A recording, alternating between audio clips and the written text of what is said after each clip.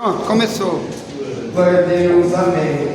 João 9, a partir do verso 1. Aleluia! Glória a Deus.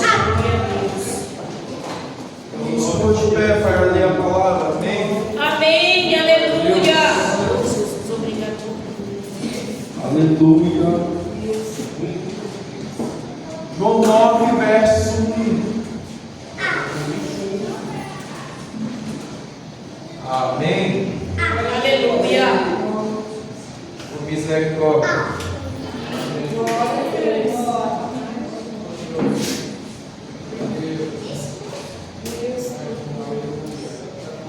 Diz o texto: e passando Jesus viu um homem cego de nascença. E os seus discípulos lhe perguntaram, dizendo: Rabi, quem pecou, este ou seus pais, para que nascesse cego? E respondeu Jesus: nem ele, nem seus pais, mas foi assim para que se manifestasse nele as obras de Deus. Convém que eu faça as obras daquele que me enviou enquanto é dia. A noite vem enquanto ninguém pode trabalhar. E quando estou no mundo, eu sou a luz do mundo. Tendo dito isso, cuspiu na terra, com a saliva fez lodo e untou o lodo aos olhos do cego. E disse-lhe: vai e lava-te no tanque de Siloé, que significa o enviado. Foi e lavou-se e voltou vendo. Então os vizinhos daquele que dantes tinham visto que era cego diziam: não é este aquele que estava assentado e mendigava? Uns diziam: é este. E outros diziam: parece com ele. Ele dizia: sou eu. E diziam-lhe, pois, como se abriram os seus olhos? E ele respondeu e disse: um homem chamado Jesus fez lodo e untou os olhos e disse-me: vai lavar-te no tanque de Siloé. Então fui e lavei e vi. E disseram-lhe, pois, onde está ele? E ele respondeu: não sei. Levaram, pois, aos fariseus, porque dantes era cego, e era sábado, quando Jesus fez este lodo e abriu os seus olhos. Tornaram, pois, perguntar aos fariseus, dizendo: como viram? E ele lhe disse: pôs lodo nos meus olhos, lavei-me e vejo. Então alguns dos fariseus diziam: este homem não é de Deus, pois não guarda o sábado. Outros: como pode um pecador fazer tais sinais?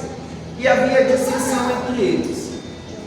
E tomaram o cego a dizer: tu que dizes que ele abriu os teus olhos? E ele respondeu: que é profeta. Tu que dizes do que abriu os teus olhos? E ele respondeu: que é profeta. Os judeus, porém, não creram que ele estivesse sido cego. Agora visse, enquanto não chamaram os pais do que agora viam. Sente dando glória a Deus somente. Aleluia! Nessa noite eu gostaria de falar sobre não somente um personagem, porque este homem nós não sabemos nem mesmo o nome dele. Eu gostaria de falar do estágio da vida daquele homem, pois às vezes nós estamos no mesmo estágio. E eu gostaria de apresentar nessa noite 3 tipos de cegueira, e talvez você se enquadre em uma delas. O Evangelho de João é datado mais ou menos na década de 60 depois de Cristo. João vai fazer uma espécie de defesa da fé, com um só objetivo: mostrar que Cristo é Deus, combatendo uma heresia que estava presente naquele século. João agora vai listar cerca de 7 milagres feitos por Jesus. De todos os evangelhos escritos, de todas as biografias de Jesus, João é quem menos relata maravilhas. Agora, João está falando sobre um caso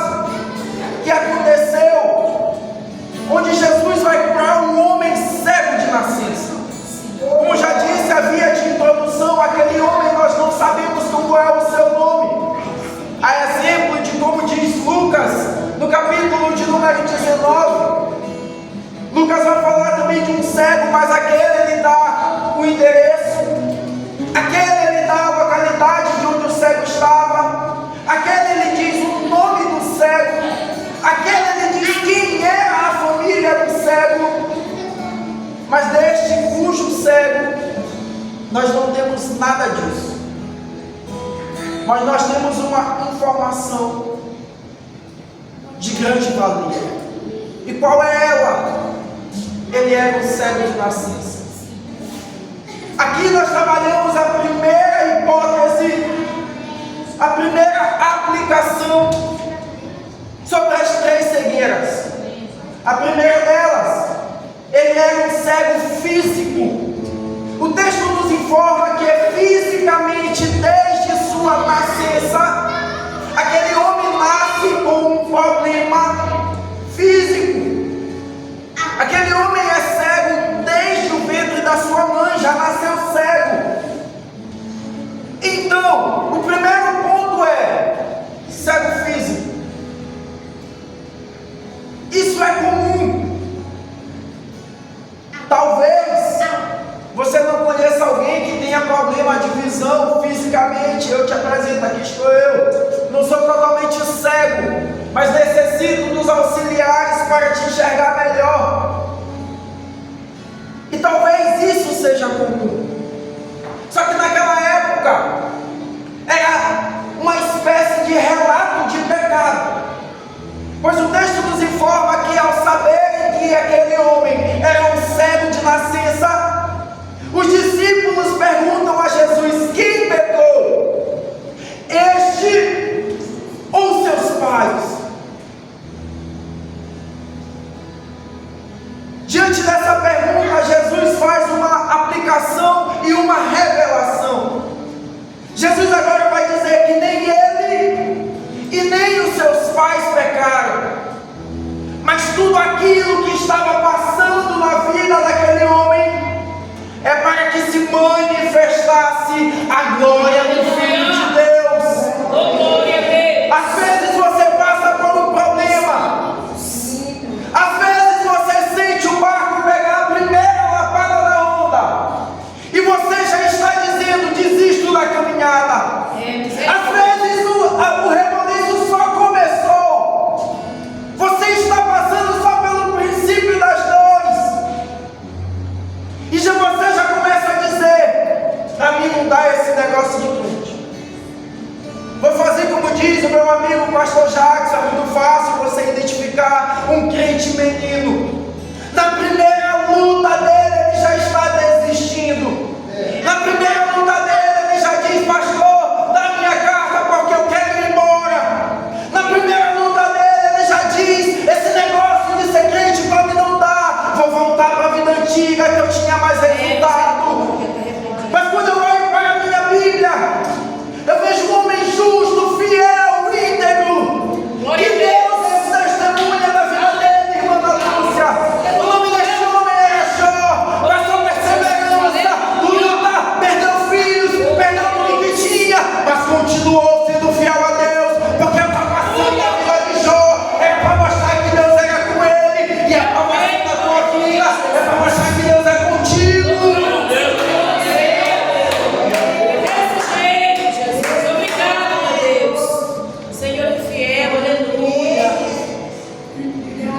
Mas o segundo ponto que eu gostaria de tratar, dê glória a Deus enquanto eu bebo uma água.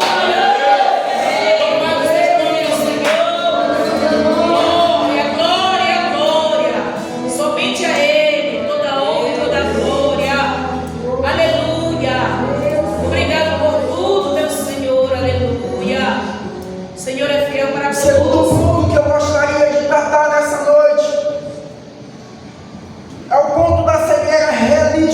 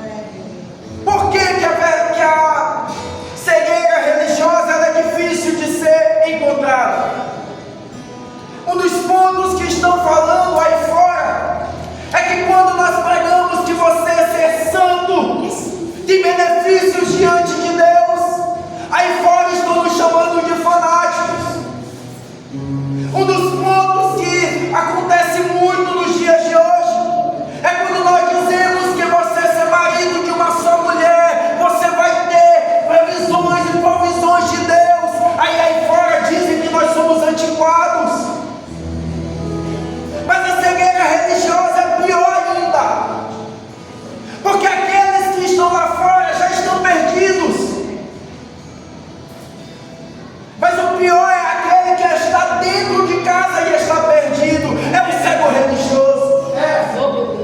Um dos fatos que nós olhamos isso está escrito em Lucas 15. A dracma dentro de casa, pertencente ao Deus Todo-Poderoso.